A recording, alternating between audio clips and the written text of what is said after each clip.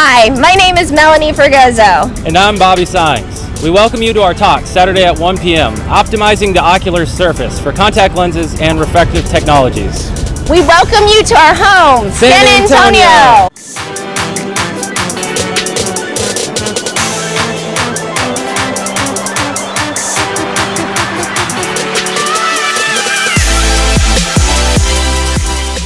Preparing the ocular surface for any optic, including contact lenses and refractive surgery, is so very important to get the best visual outcome.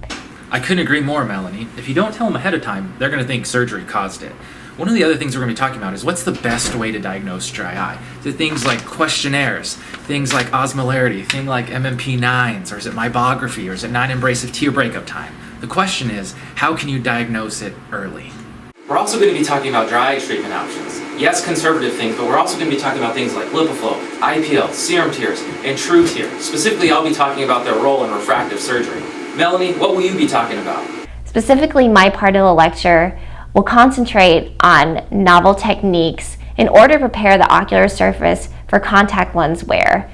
We'll concentrate on scleral contact lenses, corneal GP lenses, hybrids, and soft contact lenses. I can't wait to see you there.